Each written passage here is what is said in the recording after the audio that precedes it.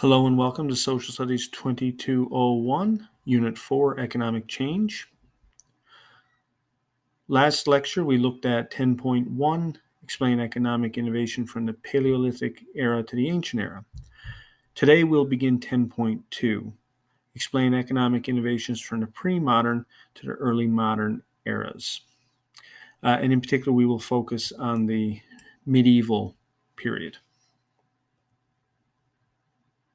So here we have a coin minted by Alfred the Great, famous king of Anglo-Saxon England. And this follows from our discussion last time about currency. So with the decline of the Roman Empire and the development of early feudal Europe, trade decreased across much of Europe. Trade became less safe to conduct, in large part because there was no central authority anymore, that is the Roman Empire, to police trade routes or to keep any consistent structure in place in terms of an economy. So travel over longer distances would be threatened by thieves and brigands and pirates and so on. And as we discussed earlier in the course, these provinces that were once part of the Roman Empire became their own smaller kingdoms, and to an extent were more isolated because each would have had its own political practices, forms of government, and so on.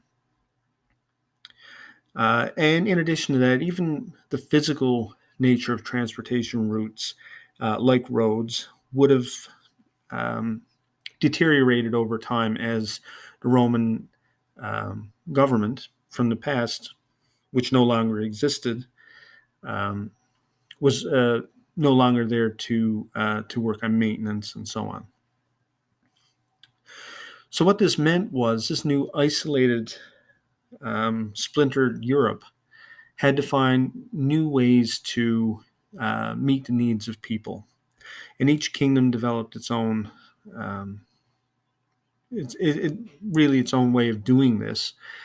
But we will focus on, in particular, Western Europe and the development of the primary economic system in the early Middle Ages, which would be the manor under the feudal system.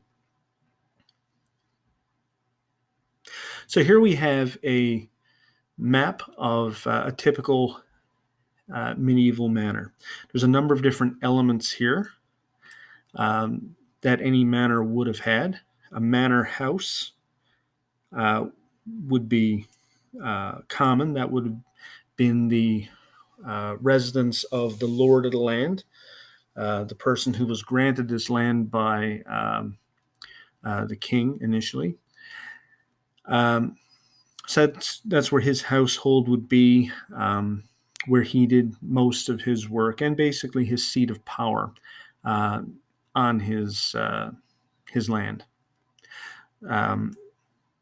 Every manor would likely have had a village church. This one is indicated here. Okay. Religious life was, of course, very important for medieval people, as it still is for many people today. Peasant cottages, number 3. So over in this bottom right of the map here. So there would be a village on a medieval manor. Okay, and that within the village you would have houses, huts, any buildings required for the daily living of people in that small community. Number 4 here is the Lord's demesne, which are any fields and land owned by the Lord that would be worked by the peasants from the village. So they would do any farmland, collect any resources, logging, and so on the Lord's land. But in particular here, we look at the fields.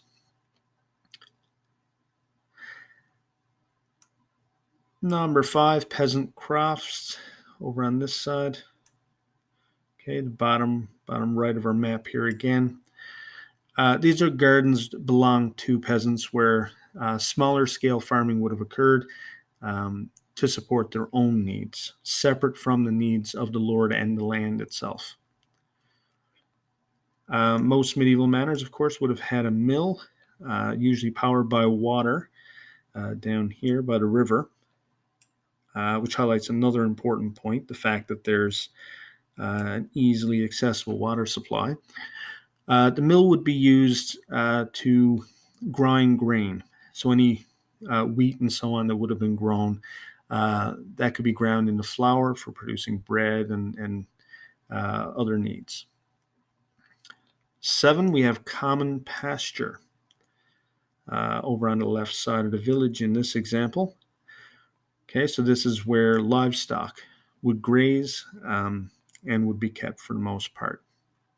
So not only on a medieval manor would you grow crops as a source of food, but you would also have livestock. And woodland. I mentioned before about cutting wood, lumber, to meet building needs or the needs for energy, fire, heat, warmth. Those things would be acquired through some form of forestry activity. The woodland on this map is indicated up at the top here, up in the north. Okay, so these are the basic elements that all medieval manors would have had, even if each manor may have been of a different size, with a larger or smaller village, a manor house that may be more elaborate than others, and so on. But more or less, this is the basic structure. When we think about the isolated nature of medieval society, early medieval society, we have to think about how did people meet their needs and wants. We're going back to those economic ideas from the last outcome, satisfying needs and wants of the population. In many ways, medieval manors were considered self-sufficient. And what that means is that life on a medieval manor did not necessarily rely on outside sources, either for resources or economic activity support and so on. So being self-sufficient meant that the manor could produce everything that it needed to maintain its own lifestyle. And if we look at a couple of examples of this, well, we note that food is taken care of. We've already mentioned that there's farmland and there's pasture land. Okay. Needs for building materials, wood for heat, and so on. We've already mentioned that resource in terms of forests. We mentioned the use of water for powering mills, but also as a water supply for meeting people's basic need for water. And so those are a few examples of how a manor could basically meet all of its own needs. And the peasants who lived on the manor could more or less make whatever was required for their own life with these resources, which would mean a relatively limited variety of goods, which is another important thing to be aware of here. Remember, long-distance travel as it existed in the ancient period has slowed down and experienced quite a reduction now in the medieval period. So those luxury goods we talked about last time that are imported from faraway lands, even though some of that would still be happening, it would certainly be at a lower level. And by far, most of what people used and produced would have been of limited variety.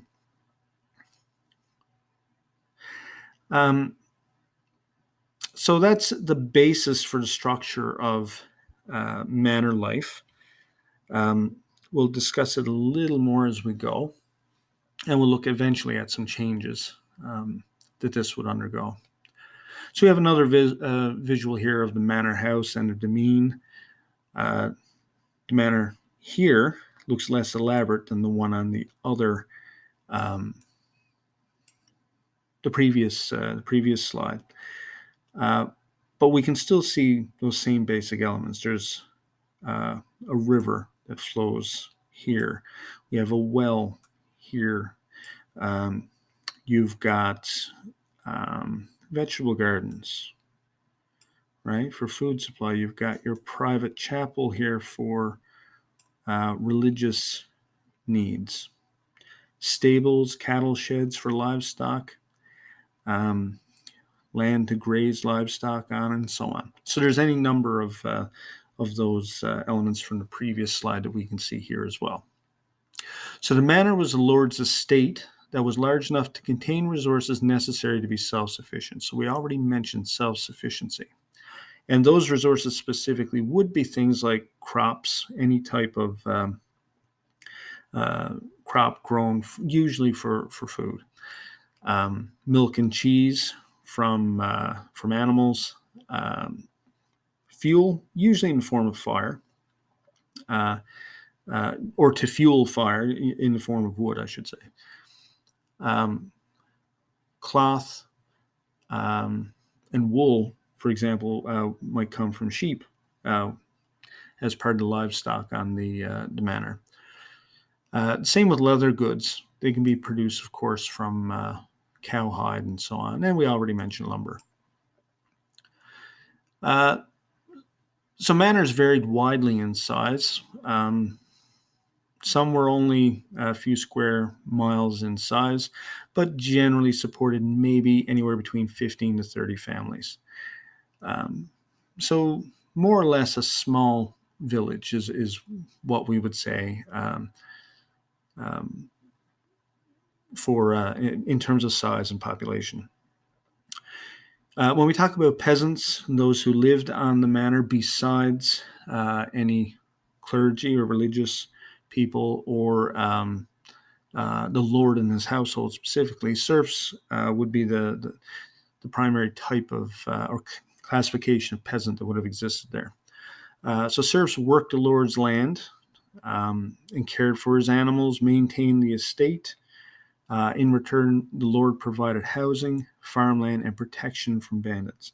So it's a mutual feudal relationship is what we have here between these groups, right? One provides work for the other, while the other provides protection and a safe environment. And as I mentioned already, serfs, we say, worked the Lord's land, but they also spend some time working their own land as well. So there's kind of a dual relationship there that exists for the serf. So what we see starting as the Middle Ages progress, when we get to the year 1000, 1100, into the 1200s as well, we get the idea of commerce developing. Right? Commerce is the large-scale buying and selling of things, which is made possible by greater access to materials and resources, but also eventually production of new materials, but also acquiring new materials through extended trade networks. Right? So medieval manors, even though they were self-sufficient, they would still do some trade locally. So you might have a medieval manor in a village that more or less supports itself, but people from the manor or representatives from the manor may every so often go to a neighboring larger town or even city, which might serve somewhat as a trade hub for the local area. because not all things are always available on every manor. Um, Iron might be hard to come by at times, depending on the local resources a manor might have. Millstones are another one too for the mills. Heavy stones um, would have to be manufactured and used in the mills to grind grain. So not every manor would, of course, be able to make those, and have to do some trade um, locally in order to acquire some of these goods.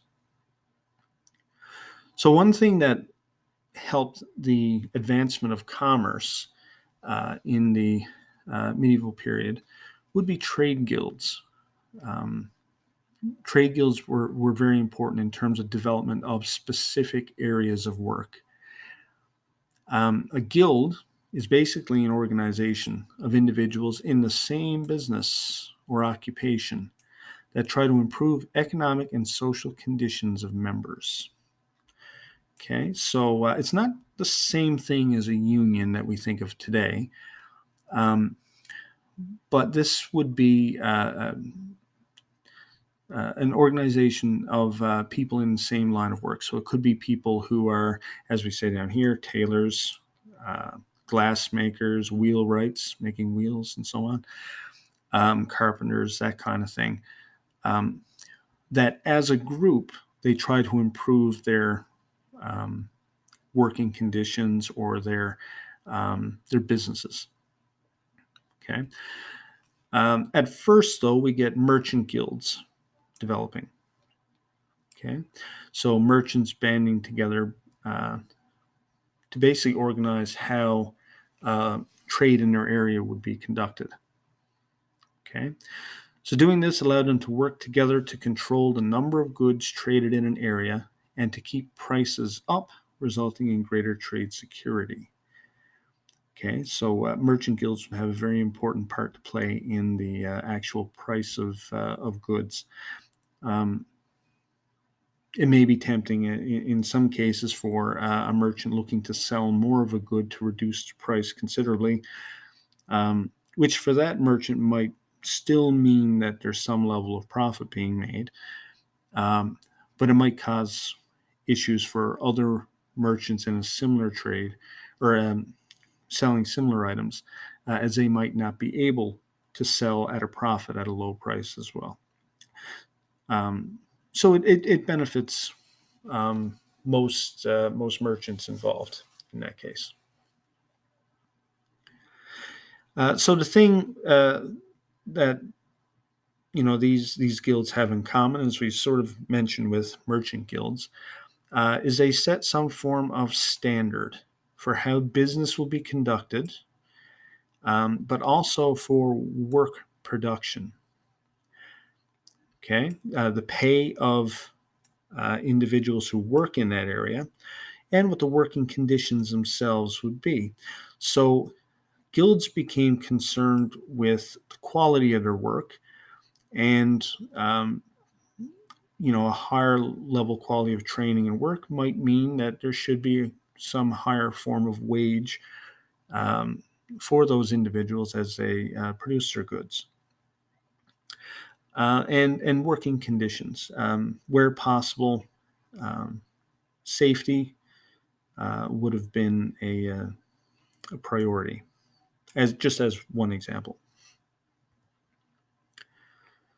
So this visual shows some of the basic structure and services of guilds. Okay, you have three main levels of guild members. You get the apprentice, who's basically a novice, a person new to the guild.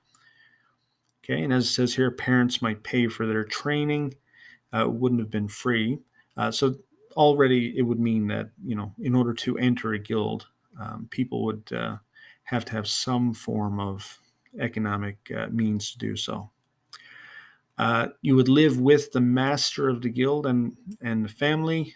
You would learn the work directly from the master and others who work in the guild. So it's kind of like a work term or training session. It usually lasted, depending on the guild, anywhere between 2 and 7 years. The apprentice was not allowed to marry during training. They had to focus on the work and learning of the work that they were focusing on. When trained, the apprentice would progress to a journeyman. Okay, so a journeyman here it says is a day worker. Okay, so this would be the regular working members of a guild. Okay, work for a master, earn a regular salary, work 6 days a week with Sundays off as a holy day. Needed to produce a masterpiece or his finest work in order to become a master. So a journeyman is still learning to some extent and practicing their trade. And at the point when a journeyman's had quite a bit of experience and they're able to produce more or less consistently goods of high quality, they may be able to become masters themselves of their own shops.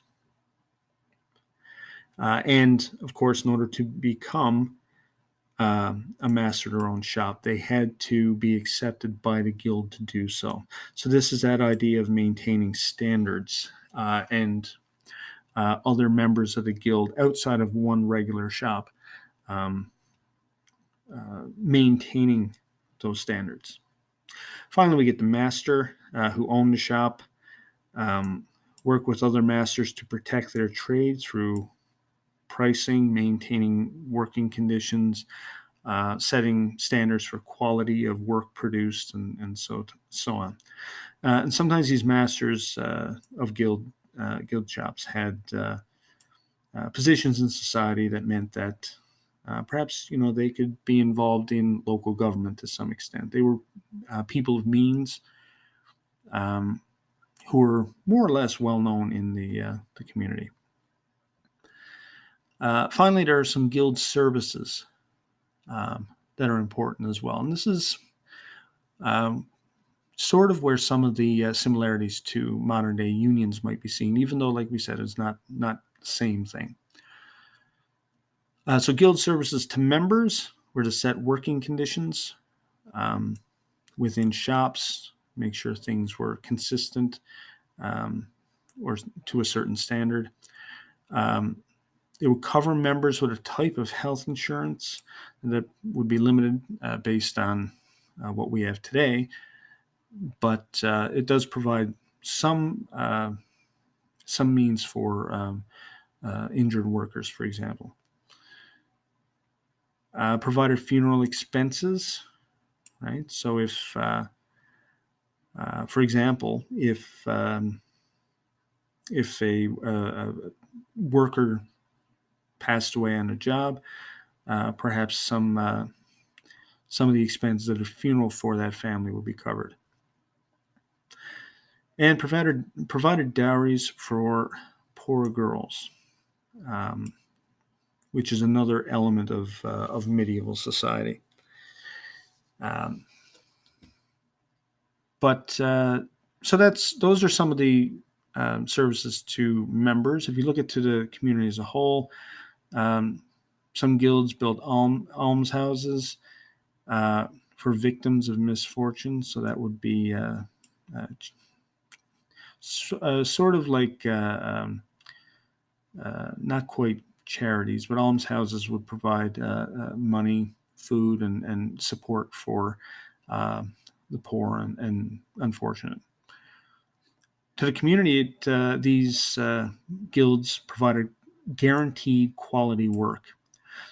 So someone working in a guild would not be allowed to continue working if they were producing subpar quality goods or services.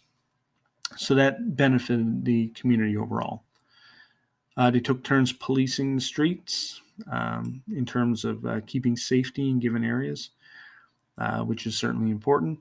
And another example would be donating windows to local churches. Churches and cathedrals were very, very expensive and took a very long time to produce.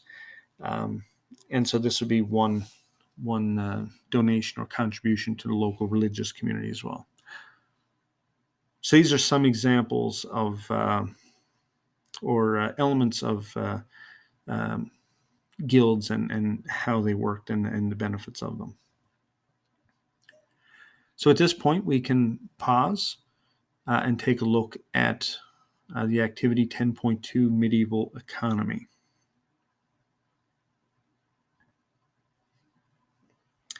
And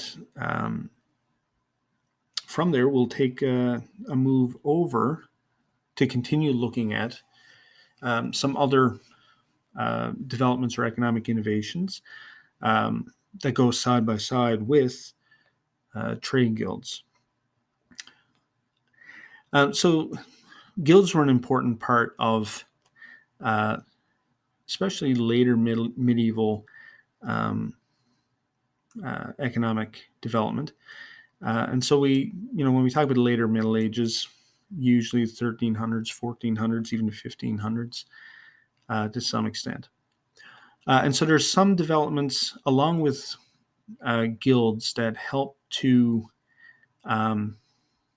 expand economic activity considerably from what it would have been in the early Middle Ages, back when we were discussing medieval manors and so on. So this whole development of larger scale trade through various factors is what we refer to as the commercial revolution. And this really highlights differences from the early Middle Ages to the late Middle Ages. Trade fairs are one element of this. I mentioned earlier that at times you would have people from manor houses that might travel to local towns and cities in order to trade for certain goods. Trade fairs would become a great way to do that in for local economies. So basically, peasants brought goods produced on manors to local towns and cities on fair days. So there would be days designated as fair days or days for fairs, and you'd have a few of these a year. And they could buy food items, any materials, tools they would need, anything they might not produce locally on the manor. And this is where people on manors would have seen a greater variety of goods to meet their needs and wants. It's important to mention here as well that even though we're discussing the commercial revolution and primarily now some of the activities happening in larger towns and cities, manors to some extent still existed later into the Middle Ages. Okay, the lords still existed with their manor houses and their fiefs and their land. But this is just another element of how economic activity started to develop in medieval Europe as well. So these two things kind of go side by side. So merchants would travel from place to place and set up stalls wherever a great fair was held. And you can see that in the visual here, you can see different stalls set up in these areas, different goods being traded. Could be food, tools, jewelry, any clothing, textiles, anything that people might want. And you can see a number of people in the crowd here who've come out for the day to see what things are on sale that they might be able to acquire themselves. And the fact that merchants traveled from town to town and city to city to do this would help increase the number of foreign goods or the amount of foreign goods that would be available to local towns, or manors, towns, and cities. Okay, so you might have merchants traveling within a country, or a kingdom, but some of those merchants may come from outside the kingdom as well and bring goods from elsewhere. So this is an exchange of goods. So we start to see some of this, some of the elements of trade networks developing or coming back again or strengthening, much as they had been in the ancient world. Okay, and these merchants, to some degree, work as middlemen, helping the exchange of goods along longer distance trade routes. So to go along with this, we have the expansion of trade routes. Okay, so trade routes between major European cities were established during this time, allowing goods to flow freely across the continent. We'll look at a couple of examples of those shortly. So, and this is made possible in large part because the isolation, the lack of security, the safety concerns of the early medieval period are slowly decreasing, we might say. Established kingdoms become more established with governments with official structures for policing and conducting economic activity and policies and so on.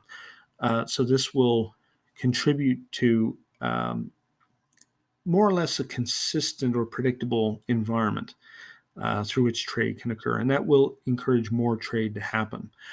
And with that comes more safety, as we said, and easier ways to travel and conduct that trade. And again, for many of these local kingdoms, manors, cities, and towns, it was in their best interest to ensure that more trade could occur, because again, that helps build wealth and variety and comfort in life. So again, we get trade routes that are both land-based and sea-based, just as in the ancient world. And these would help connect Europe with Asia, North Africa, Eastern Mediterranean ports. So we sort of see the some of the trade routes of the ancient world being reestablished. Okay, and new inventions, religious beliefs, artistic styles, languages, social customs, and so on were transmitted by people moving from one place to another to conduct business. So again, this is a very important element culturally that in the spread of ideas, key part that we looked at from earlier in the course under Unit 2. But these things are all made possible again by the establishment of trade routes once conditions become more consistent, safe, and so on. So here's a map of some trade routes in the later medieval period. We don't need to focus on all of these, but a map like this highlights a couple of important patterns we'll see. The green lines show overland routes. So we get land-based trade taking off. So we get goods like weapons, leather, and iron, and so on from the Iberian Peninsula down here, modern-day Spain and Portugal, being connected with what is southern France and northern France, and then east into other parts of Europe like Italy and the Holy Roman Empire. And you can see the same thing happening in Eastern Europe here, from Scandinavia into what is now Russia, and so on.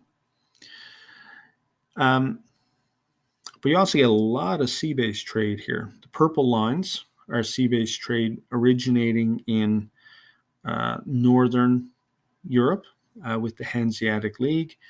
You have a number of coastal port cities along here, that are all a part of the Hanseatic League and conducted regular trade amongst these ports and kingdoms and countries. But they would extend and trade into northern France, down along Spain and Portugal, and so on. And we get some other trade routes. We get Italian routes, which combine here with Venetian and Genoa-based trade. These are the red lines. As you can see here, the Italian trade routes were quite extensive in the Mediterranean and up into the Black Sea, right? So the establishment of these routes would mean that all of these goods, we've mentioned a couple of examples already, but we've got wheat, we've got spices and silks, cloth, furs, minerals like iron, and so on. These things can be transported much quicker and safer around Europe. And every time you have transactions and exchange of these goods, you have merchants making money, people spending that money, but acquiring things to make their lives better at the same time. So the potential for economic development, for generating more wealth and improving quality of life is a direct result of all of this. The potential increases quite considerably. And finally, you have this symbol here, this little stack of coins, represents large-scale trade fairs that occurred regularly at various points across Europe. Okay, so these were well-known trade fairs that occurred consistently. And so merchants would attempt to reach these fairs whenever they occurred because of the potential of trade. Final thing we'll get into here is the development of finance and banking, really. But that's, it's another element of economic development. So far, we've been looking at production of goods and exchange of goods and buying and selling. But there are other financial services that make trade easier. Okay. And two of these come along with, have direct benefits, I should say, for merchants. Okay. So why would we have new banking innovations develop? Well, let's just look at these 2 points we have up here first. As merchants traveled across Europe to buy and sell goods, what problems might they encounter? There's any number of problems that could develop. But, for example, large amounts of cash needed to be transported from one place to another. That would have been awkward to carry large amounts of cash, but also tempting for bandits and thieves. Okay, so crime could result in the loss of significant amounts of money for merchants. Okay, so that's one thing that became an issue. And also, each country used different currencies that had different values. Okay, just as today countries have different currencies, each valued differently, the same thing existed in medieval Europe. So banking services would develop as a way to help solve some of these problems experienced by merchants. There are two key parts of this. First one would be bills of exchange were developed. These would be documents that clearly indicated consistent exchange rates between coinage systems. So at any given time, a merchant from one country would be able to accurately see what a certain amount of their currency was worth in the currency of another country. And that helps a lot with exchange rate and realizing how much you have how much money you have to have in order to acquire the equivalent in another place. So that'll be a direct link to improving trade among countries and between countries. Letters of credit was important as well. Letters of credit were issued in one country. They were official letters that basically showed what a merchant was good for back home. Okay. And so it would allow a merchant to withdraw cash or pay for items with credit without having to carry large sums of cash. So this point, letters of credit, helps address this first point up here. Okay, merchants could travel around without having to carry a lot of physical money on them. It's not the same thing as a check necessarily, but it does. It's a type of credit system. Okay,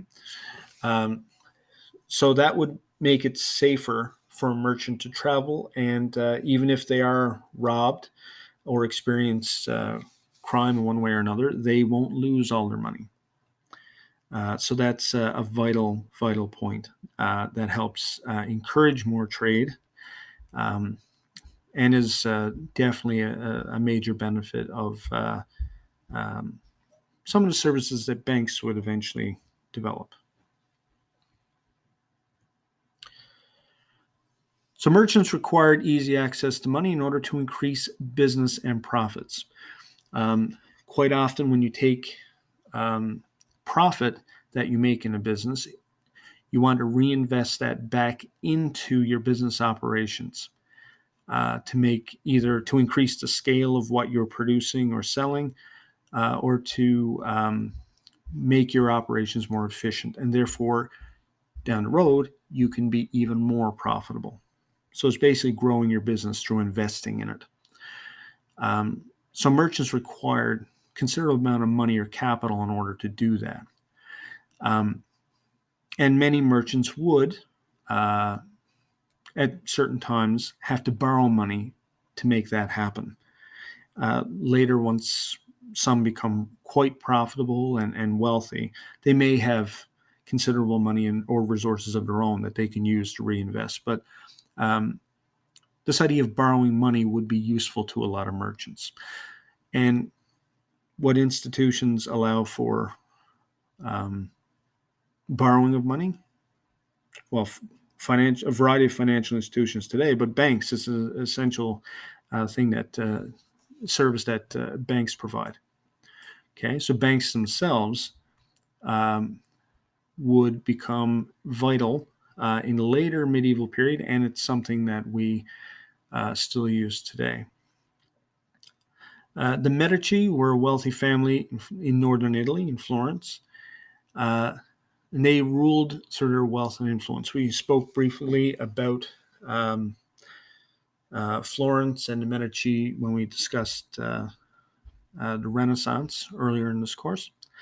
But the Medici were quite active in the 1400s. So this is getting into the later medieval period. And this is around about when official banks started to, the first banks, we'll say, developed.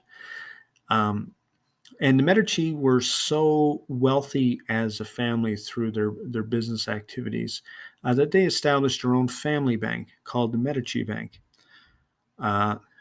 And they were able to establish branches of this bank throughout Italy. So not only in Florence, but in other cities in Italy and elsewhere in major European cities. So that's going to help with letters of credit. For example, so if a merchant in Florence has a fair amount of money but doesn't want to take it with them when they're traveling, they can receive a letter of credit from the Medici Bank, which may have or hold and protect their money, so that when that merchant travels to another city, let's say maybe they go to Paris and there's a branch of the Medici Bank there in France, they can bring this official document with them that'll show, hey, this is the money I have in your institution back in Florence.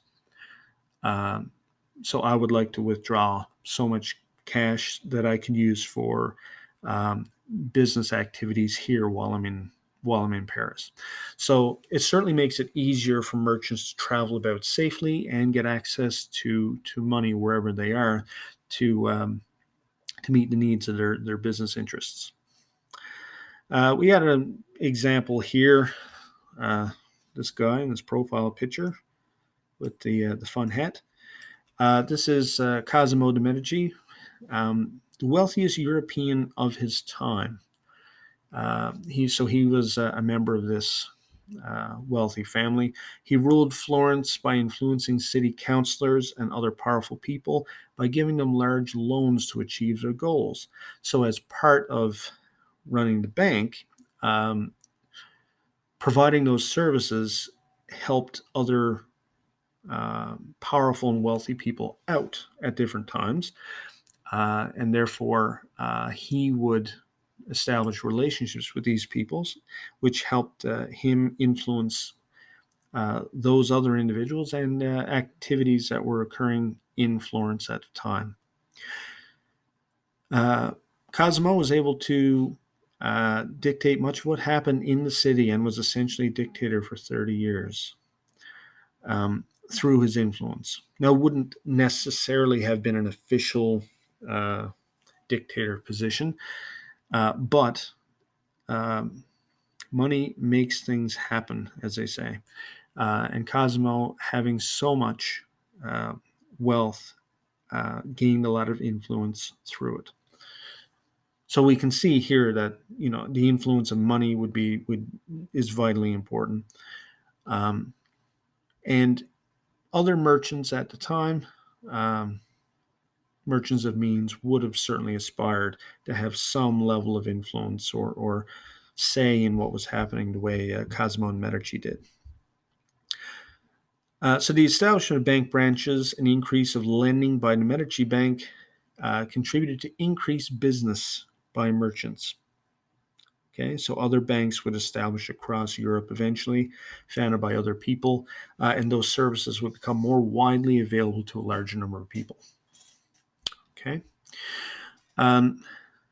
so we'll stop there at the end of the medieval economy, and next time around we'll pick up with mercantilism and heading into the early modern age.